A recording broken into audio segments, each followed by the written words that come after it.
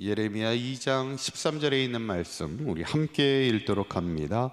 내 백성이 두 가지 악을 행하였나니 곧 그들이 생수의 근원되는 나를 버린 것과 스스로 엉덩이를 판 것인데 그것은 그물을 거두지 못할 터진 웅덩이들이니라.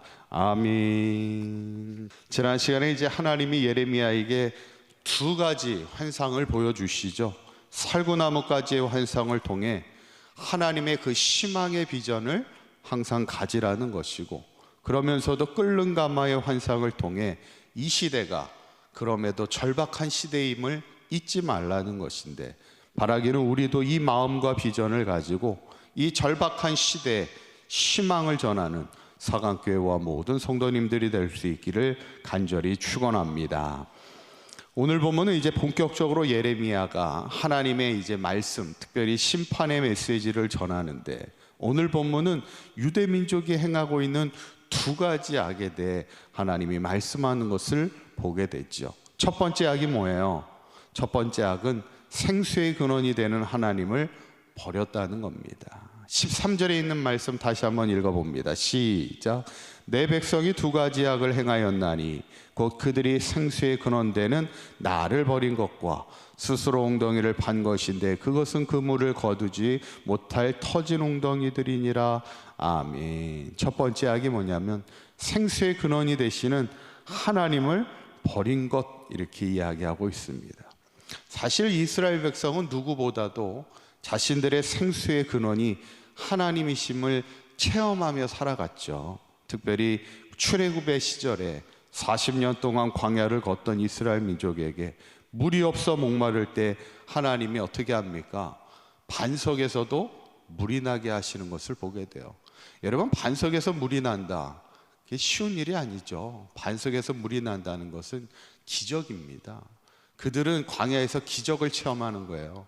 하나님이 누구보다도 자신들의 생명을 지켜주시기 위해 광야의 기적을 통하여 반석에서도 물이 나게 하시는 하나님의 놀라운 자신들의 어떤 생명이 됨을 그들은 누구보다 체험하게 된 거죠. 그런데 지금 유다 백성의 영적인 문제가 뭡니까? 우리의 생명이, 우리의 생수의 근원이 하나님께 있는데 하나님을 떠난 삶이 되려 한다는 것이죠. 예전에 초대교부의 위대한 교부였던 어거스틴 역시도 사실은 하나님을 떠나, 젊은 시절에 하나님을 떠나 마니교라는 이교도에 심취하게 됩니다. 그때 그 시절 동안 얼마나 많은 방탕한 인생을 살아가고 죄악 가운데 살아가는지 몰라요. 그러다가 그가 이제 회심하고 하나님 앞에 돌아오게 되면서 그가 참회록을 기록하죠.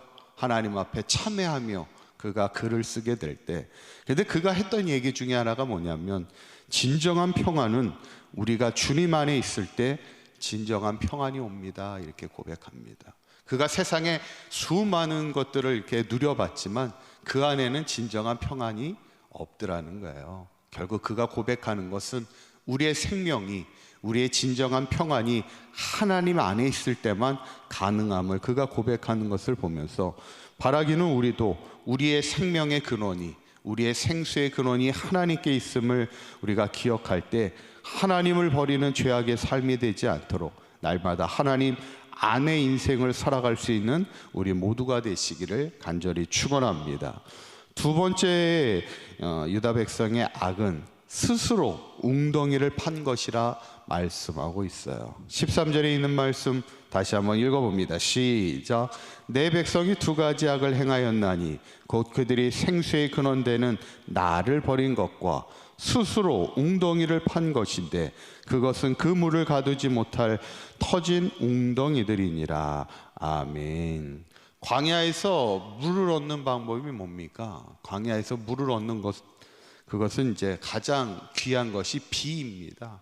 비가 올 때 그들은 물을 얻을 수 있죠. 그런데 비라는 것은 뭐냐면 내가 스스로 얻을 수 있는 게 아니에요. 하나님이 주셔야 얻는 거지. 그러다 보니까 이제 내가 어떻게 하면 비를 얻을 수 있을까? 인간이 노력해서 만든 게 뭐냐면 웅덩이입니다. 그럼 비가 올 때 비를 받아가지고 그거를 이제 보관하면 나중에 필요할 때 쓸 수 있게 되는 거죠. 그런데 유대 민족의 문제가 뭐예요? 생수의 근원이 되시는 하나님을 버리고 스스로 웅덩이를 만들겠다고 하는 그것이 어리석다는 거예요. 왜 어리석을까? 두 가지 어리석죠. 첫째는 웅덩이를 아무리 멋있게 만들면 뭐예요? 비가 오지 않으면, 하나님이 비를 주시지 않으면 그 웅덩이는 아무 소용이 없는 거죠. 그리고 두 번째, 웅덩이를 만드는데 지금 유다 민족이 어떤 웅덩이를 만들었다고요? 13절에 있는 말씀에 마지막 한번 띄워주시면 뭐라고 나와요? 그 물을 가두지 못할 무슨 웅덩이라고요? 터진 웅덩이라 그러는 거예요. 이 터진 웅덩이라는 말은 지금 뭐냐면, 이게 웅덩이를 만들 때 땅을 이렇게 파죠. 비를 이제 받아들이기 위해서 땅을 파는데, 땅을 파기만 하면 됩니까?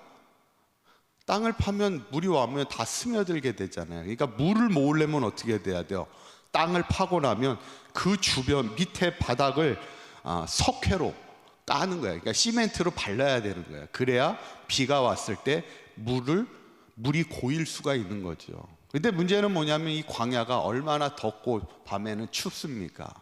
시간이 지나면 어떻게 돼요? 그 석회가 갈라지기 시작하고 균열이 생기고, 이게 이제 터진다는 얘기를 지금 하는 거예요. 그러다 보니까 결국에는 물이 고여도 터진, 그 갈라진 균열된 그 석회 사이로 물이 다 빠져나가더라는 겁니다. 어쩌면 우리의 인생이 내 스스로 물을 모아보겠다고, 그러니까 이 터진 웅덩이는 뭐예요? 내 스스로 잘 살아보겠다고 나 혼자 하나님을 버리고 살았더지만 결국 그 인생 다 새나가는 인생 되고 터진 웅덩이와 같이 아무것도 남지 않는 인생이 되더라는 거예요. 우리가 생수의 근원이 되시는 하나님을 붙드는 인생이 돼야지, 자꾸 내 힘으로 내 노력으로만 인생을 살다 보면 그거 어리석은 죄악의 인생에 불과하다는 것이죠. 저는 오늘 이 본문을 보면서 우리도 이게 유다 백성의 죄지만 우리의 죄가 될 수 있다는 거예요. 자꾸 하나님을 저버리는 인생이 되고 내 힘으로 내가 살아보겠다고 교만한 인생을 살아갈 수 있는 것이 우리의 어떤 죄악의 모습일 수 있음을 우리가 기억하고, 바랑에는 우리 사강교회 모든 성도님들, 우리의 생명의 근원이 하나님께 있음을 늘 기억하시고 하나님을 붙드는 인생이 될 때 우리의 인생이 터진 웅덩이와 같은 어리석은 삶이 아닌 하나님이 늘 공급해 주시는 은혜의 담비를 통하여 충만한 은혜의 삶을, 하나님의 복된 삶을 살아가는 저와 여러분들의 삶이 되시기를 주님의 이름으로 간절히 축원합니다. 기도하겠습니다. 고맙고 감사하신 하나님, 우리의 구원이 하나님의 손에 있음을 기억하게 하시고 내 힘으로 살아보고자 터진 웅덩이를 만드는 어리석은 인생이 되지 않게 하시고, 우리를 위하여 구원을 행하시는 하나님의 구원하심을 바라보게 하시고, 오늘도 우리를 위해 일하시는 하나님의 구원의 역사를 이루며 살아가는 우리 사강교회 모든 성도들의 삶이 되도록 인도하여 주시옵소서. 우리 주 예수 그리스도의 이름으로 기도하옵나이다. 아멘.